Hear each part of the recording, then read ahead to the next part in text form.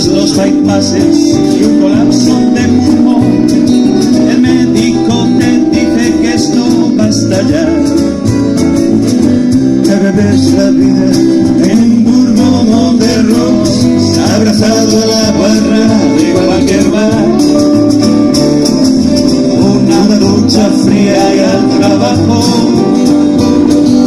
gotas de colirio y primperán. Tu vida es un carril a contramano y no da más, y vuelta a la rutina y al día de paz.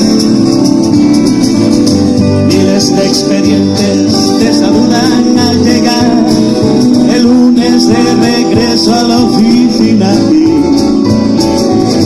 Sigues naufragando entre la mediocridad de los que solo viven para trabajar.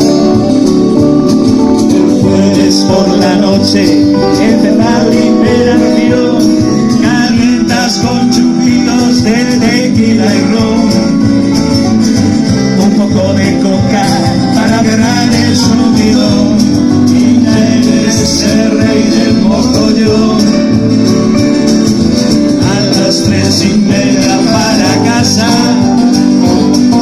con un pedazo de melocotón. A las 7:15 sonará el despertador y te levantas como un campeón.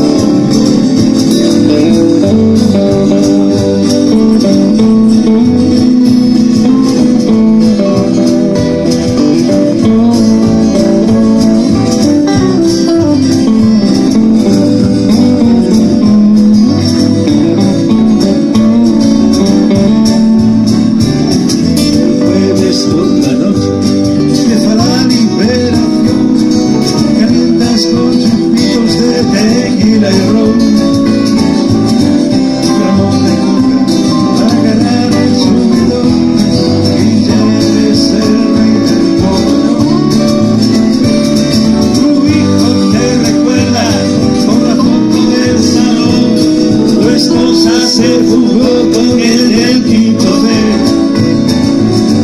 Eres el capullo que más vende al por mayor. 3 veces te han nombrado empleado de honor. El día que un infarto te sorprende en el salón, tu vieja fue la única que lo sintió. Todos tus colegas de café y de ocasión fingieron sentir